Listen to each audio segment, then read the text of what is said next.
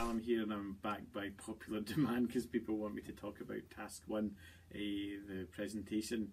Now, when I'm actually writing these assignments, believe it or not, I actually don't do it on my own. I've got a team with me of at least 2 other people, and we try to make the assignment as straightforward as possible. Often giving more information is actually less helpful in these situations, and obviously giving less can be more helpful. So here goes. And I can see why people are actually worried about the depth or the level they go into, especially do we look at a whole code or do we look at a particular part of a code or a standard. And I'm hoping that this podcast will give you some clarity without making things more confusing for you. So here goes. Now you have to pick one standard or code that's not the nurse or midwifery standards for practice. You then to talk about it and how you feel about it, and you should talk a little bit about how, for example, it might influence what you do in the future, and that's really it.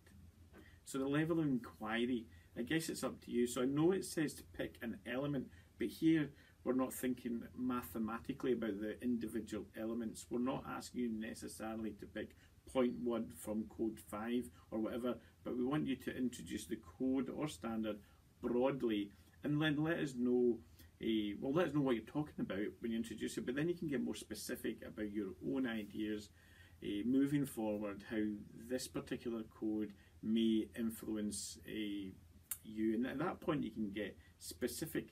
Now if you want to pick a specific element of one of the codes, just make sure that you've got enough to say to make it an interesting presentation that will last 5 minutes long. One code that I think lends itself to being handled quite broadly is the social media policy, and then you may focus on one part of your life that may be influenced by that social media policy, and that's fine, it's your presentation. And I think you'll get on better if you're actually talking about things you're moderately interested in. So I'm not here to trip students up or to catch them out, or you're going to do something wrong and suddenly fail. So before I tell you what I think the structure is talking about failures, let me tell you where you will fail. I don't normally dwell on the negative, but I thought I'd give you an idea of things that you might want to avoid. If you submit a narrated PowerPoint, you will fail this assignment. We want to see your face. This is a presentation. You can maybe flick up images like I do sometimes, and these might be from PowerPoint, but this is not a narrated PowerPoint with a small image of you in the corner. This needs to be you talking into the camera, and you should be the most prominent feature of your video. Another question that's been asked, you need to talk in the first person. It would be very hard to do a presentation when you're not talking in the first person. But there are 2 elements where you can actually go wrong here. So if you talk in the third person, you may feel as you actually do not demonstrate your own developing understanding. So that's that personal journey that you're making in becoming a nurse. You might not be able to get that across. And secondly, this is not a presentation simply about the code you picked. It's not enough to give me details and facts about that code or standard. Now these are important elements of the presentation, but you need to also then talk about your response to that code or element in the future, and what it could mean to you just now, and how it might influence you in the future in terms of what you might do. You should also, at some point in the discussion, if you picked social media, you could talk about how it's actually manifested itself. So social media, you could talk about where nurses or student nurses have got it wrong. And it's a presentation, so here we're not asking you to speak APA.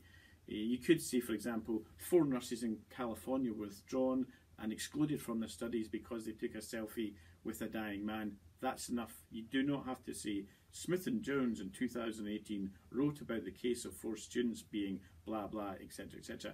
Unless you want to do that, it's up to you. You could do a mixture of those, but I'm not mandating it for this presentation, as long as your sources are actually in your bibliography. Okay, hope that makes sense.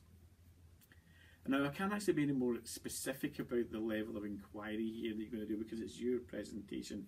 You can take it where you want as long as it broadly fits into what I've just said. So okay, I think that's what you need to avoid. Now I think I'm going to talk now about the structure.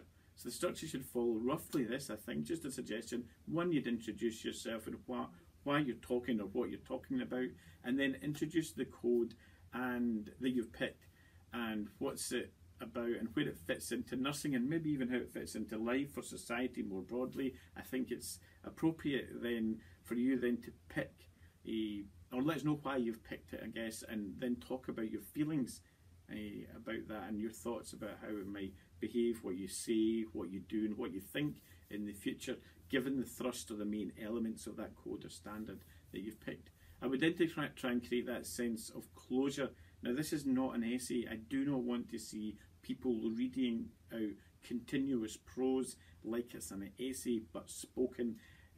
When I say closure, it is a little bit like a conclusion, but it shouldn't sound quite like a conclusion. It shouldn't be phrased like a conclusion, but you're sort of trying to bring an end to your what you're saying with some semblance of closure.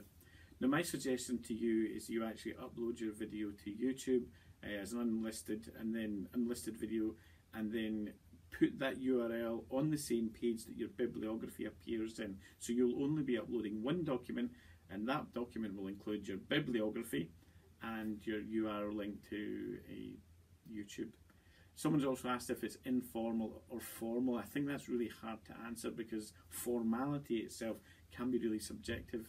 I'm thinking it's not as formal as, say, an essay, so I'm not expecting you to read out an essay. I think it can be relaxed, and I think that's good.